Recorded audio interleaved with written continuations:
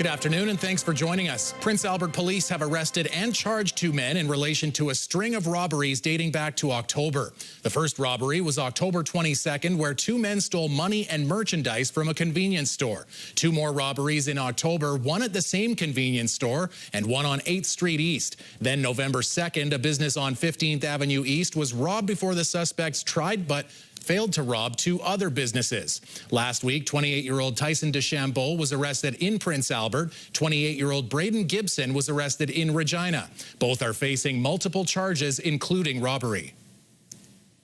An RCMP officer with the Maidstone detachment has been charged following a call at a rural property near Lloydminster just over a year and a half ago. An investigation by the Saskatchewan Serious Incident Response Team found on April 3rd of 2024, a family member of a 68-year-old man called RCMP asking for them to check on the man who they believed had died. The call was dispatched to an on-call member of the detachment. That afternoon at about 4:30, the relative called again to ask for an update on the wellness check. A few minutes later, the officer originally dispatched left the detachment. Just after 5 o'clock, another family member who went to the house called RCMP and told them the man was seriously injured but alive. RCMP got to the scene shortly after that call. The man was taken to hospital where he died. The RCMP officer charged faces 1 count of breach of trust by a public officer. No other details are being released as the matter is now before the courts. During closing arguments in a Saskatoon murder trial, the defense argued the accused is guilty of being, quote, stupid, but he's not guilty of murder. 28-year-old Andrew Rosenfeld is charged with second-degree murder in the death of his girlfriend, 20-year-old Nakira Brown. The defense argues Rosenfeld was lying in bed when he heard a gunshot and found his girlfriend dead. The defense said while on the phone with 911, Rosenfeld realized how the situation looked since he had an ankle monitor and drugs and ammunition around his apartment and made a stupid decision to hide the gun. The defense argues Brown committed suicide, citing an expert witness that Brown had no defensive wounds. The Crown argues Rosenfeld killed Brown because she was planning to leave him. A jury in the murder trial of a man accused of killing Misha Pavlik back in 2006 has found the defendant guilty of second-degree murder. The defendant's identity is protected by a publication ban, as he was a minor when the incident took place. Pavlik died after being fatally stabbed at a high school graduation party on May 21, 2006. More on the verdict and the reactions coming from court tonight.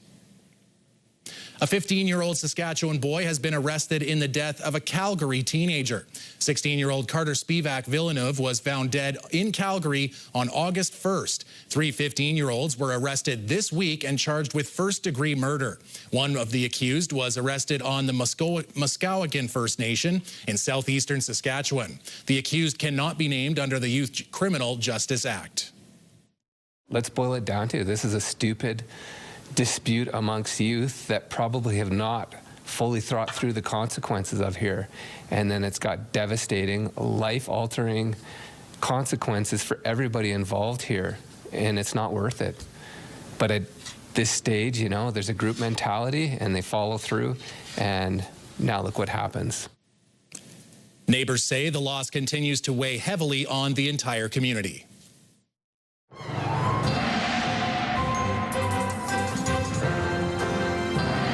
All right, Jeff, we're finally there. It's the big weekend, and everybody's going to be probably hunkering down on Sunday. But what kind of weather we got coming? Well, if you got some outdoor projects, I guess you can get, you know, the game is not until later in the afternoon. So, yes, it looks like we have a quiet weekend in store. There is no significant precipitation in the forecast, and temperatures will once again be above seasonal. Now, it won't be really warm like it has been earlier in the week, but it's still going to be on the plus side for many locations, and we'll talk about this a little later on.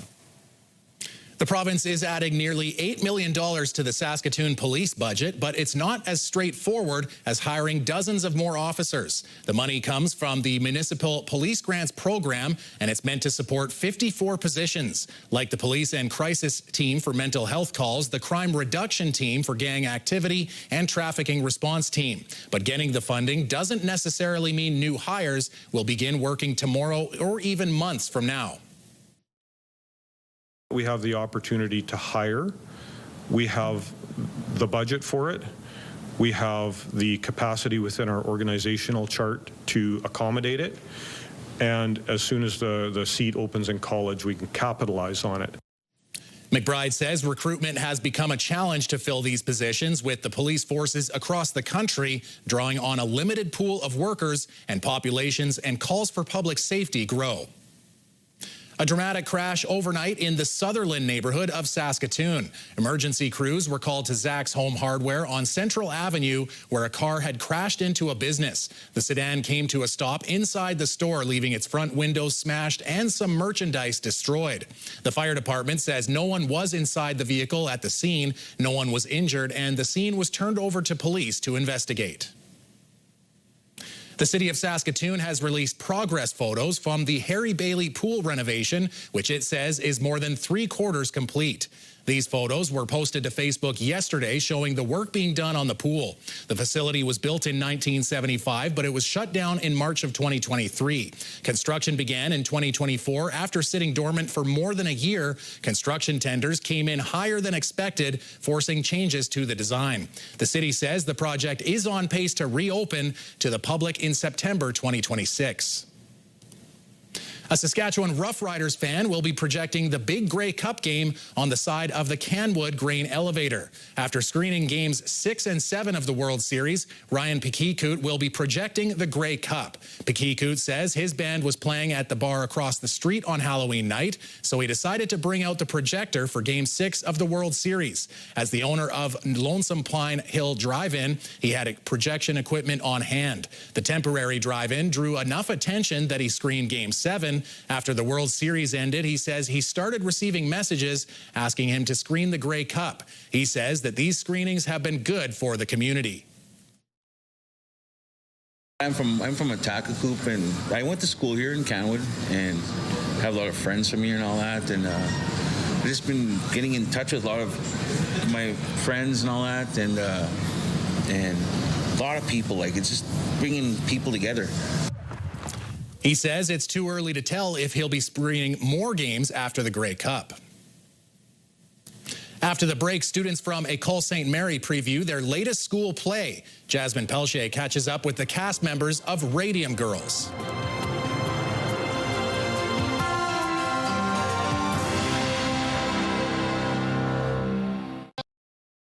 We're at St. Mary's High School with two performers from their upcoming production of Radium Girls. Hi guys, how's it going? Going good, thank you. Could you give me a little bit of background information on what the show is about? Either one of you. It follows the story of the Radium Girls who were told to point the brushes with their lips, causing corrosion in their jaws, which led to a lawsuit with the employers and the state, and the employers tried to deny it, and now they're trying to fight back and get what they deserve. You should have seen the man's face, Tom, when he found out Grace wasn't working no more. Is it set during our time period, or does it take place in the past? It takes place in the past. It's set in the 1920s. And does it give any background information on why the girls were doing this in the 1920s? So this was right after World War I, and the army needed watches that glowed in the dark so that the troops could see it even at nighttime. Radium was recently discovered at the time, and so the girls were tasked with painting these glow-in-the-dark watches with radium as the paint because radium glowed in the dark. And the company knew but didn't know about the harmful effects of radium, so they had these girls, as Cohen said, pointing the brushes on their lips, and Cohen said the rest. Who do you guys play in this show? I play multiple characters: Tom, Neff, reporter, and the Venison salesman, the most notable of which being Tom, which is the main character's fiance. I also play reporter every day. What about you? I also play multiple characters. I play Mrs. McNeil, Miss Fryer, Sob's sister, and Clerk. My favorite character currently is McNeil. She is the manager of the girls, basically, and she's kind of like this snarky older lady. If you were going to convince someone to come to the show, what would you tell them to expect? I tell them to I tell them to expect a dramatic rendition of a deeply tragic event that explores the intricacies of how corporations exploit their workers. And this is based on a true story? Yes, it is. Do you have a different answer, or would you want to add on to that? I would say it's an interesting story to see. I definitely didn't know about it before, but now, like, learning about it, I'm like, wow, this is like a really interesting part of history that we don't really hear a lot about. No, good point. If someone is looking to find out more information about the show, like show times, where they can get tickets, where should they look? PAevents.ca is definitely the best place. All right, well, thank you guys for having me out here, and really interesting to learn that this is based on a true story. Thank you. Still ahead, Jeff has a look at weather heading into Grey Cup weekend, and later, RSV vaccines approved by Health Canada, but is the cost covered for everyone?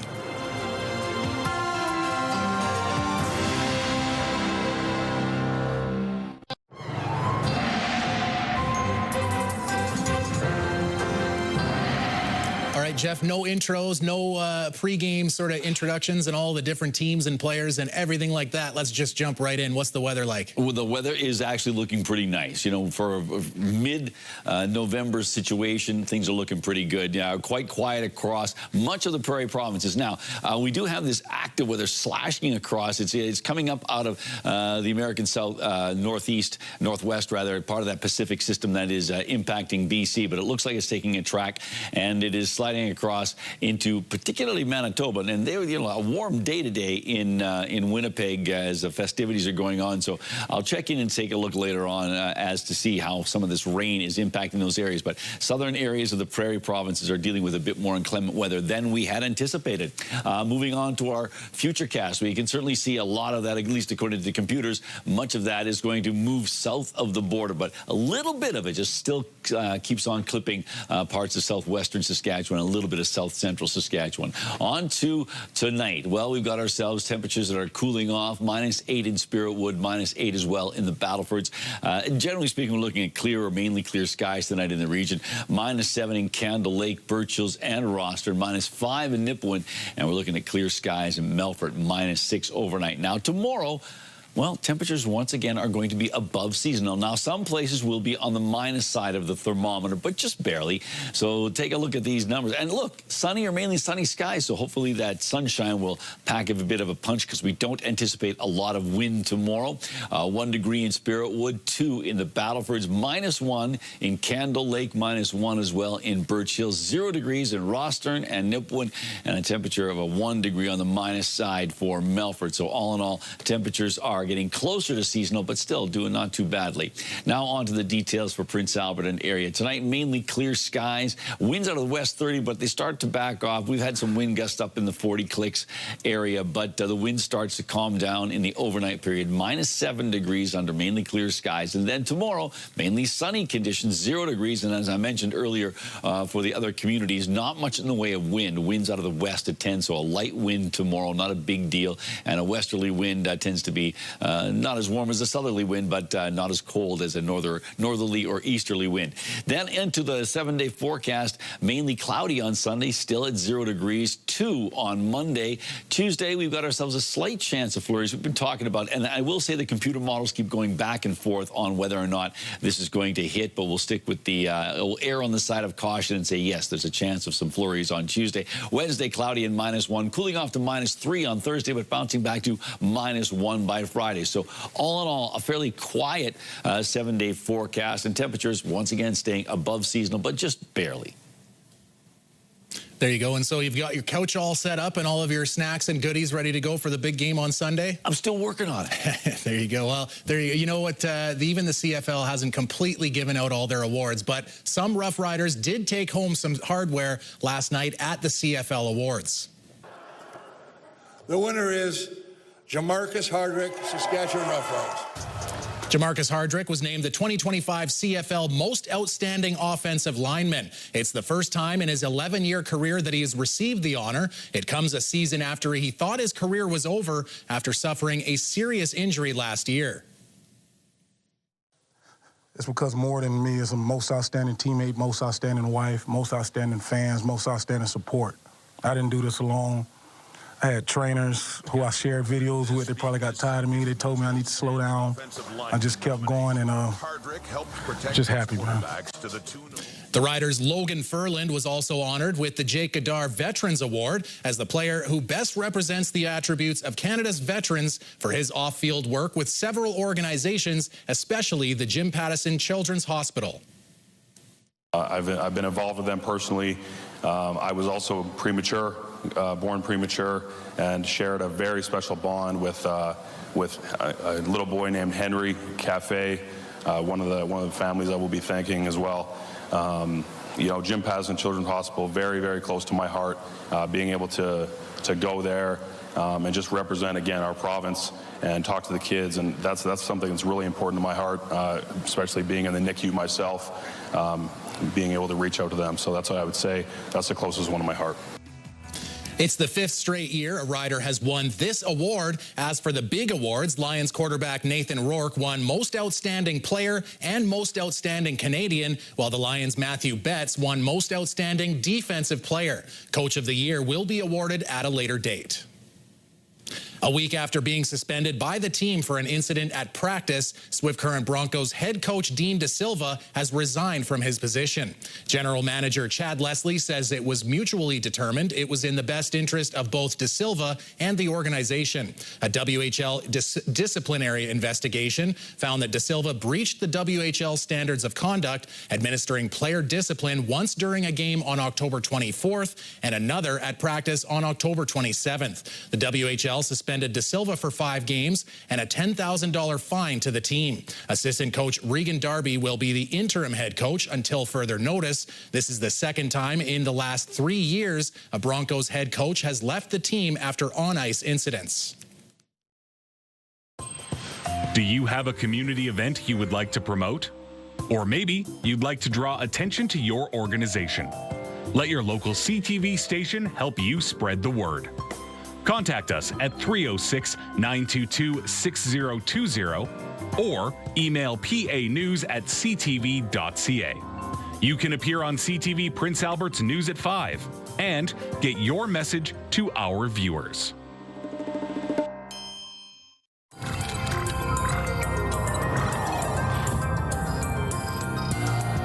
A program that provides free menstrual products in Saskatchewan schools has been renewed by Shoppers Drug Mart and the provincial government. The products are donated by Shoppers Drug Mart and have been distributed by the provincial government to more than 670 schools in that last 2.5 years. The program ensures these products are accessible to women and girls who need them. The government says this reduces stress and embarrassment while increasing student attendance. Shoppers will donate 12 million period products during the next 3 years. Shoppers has been, focused on women's health issues for the last 11 years, and this is clearly one that, impacts all women and something that we're very proud to support and be a part of. All school washrooms have a sticker in the mirror telling students where menstrual products can be accessed. With respiratory virus season upon us, Health Canada has just approved the vaccine against RSV for a new group of Canadians, but as Pauline Chan tells us, they're still working on exactly who will be covered. Jenna Ketty is 21, in university, and trying to live her best life while dealing with fibromyalgia and a rare form of arthritis. You deal with a lot of stiffness and pain, and I am on a number of medications. She's had several bouts of pneumonia over the years and even went into septic shock one time, and she worries about RSV every fall. So news of the expanded coverage for the Abrysvo vaccine is welcome. It means a lot to folks like myself who, I live with immunocompromising conditions, so if I do get RSV, it's quite scary. The Ontario government currently funds the vaccine for all adults aged 75 and older. The vaccine is also funded for all adults aged 60 and over who are living in a chronic care facility. RSV immunizations are also covered for infants and pregnant women at 32 to 36 weeks gestation to protect their newborns. But Dr. Sean Edwards says the details of who will get coverage for the $240 shot in the 18 to 59 age group are unclear. They may be getting cancer treatments. They may be on immunosuppressant drugs for chronic illnesses such as psoriasis. So at this point, we don't exactly know who in that 18 to 59 age category is best to immunize. What he says is clear is that the vaccine can make a huge difference. The vaccine was about 80% 80 to 90% effective over 2 years at preventing hospitalization and critical illness such as ICU admission. Right now, young adults with complex conditions like Jenna can talk with their doctor about getting a prescription for Abrysvo. It's a somewhat nuanced discussion for younger adults, age 18 to 59, because we don't have specific NACI recommendations on this group yet. So it really would depend on the severity of their illness and the level of their immunosuppression. It won't be covered by the province yet, but many private insurance plans will cover the cost. Pauline Chan, CTV News. Brought to you by Saskatchewan Union of Nurses. Thank you to Saskatchewan's 11,000 registered nurses. All right, Jeff, let's spend the last 2 or 3 stories here talking about our Saskatchewan roots, because Saskatchewan country and western singer Coulter Wall is out with a new album. 1,800 miles from Music Row. Memories and Empties is now out. It includes 9 original songs and 1 Ian Tyson cover. It's his 5th studio album and his first since 2023's Little Songs. Do you have a favorite Coulter Wall song? Well, you know, they just leave it on the blacktop, and it's always kind of fun when it shows up and you're watching a football game. You know, they use it for interstitial music. You know, it's kind of cool. Very good. Yeah, I like Cowpoke is my favorite. Okay. So let's finish with a little bit of cowboy stuff. What do you do when you're killing time waiting? Well, for this cowboy who's from the Yorkton area, you do some roping. Abe met one of our photographers, Dan Shingoose, along 8th Street yesterday, telling him he and his wife are expecting a baby and just waiting for the little one to arrive. So he tried to be as patient as possible and show off some of his talents for Dan, and boy, he's got some skills there. That is very impressive. All that with probably a full mind and probably a full heart. Absolutely. Have a great weekend.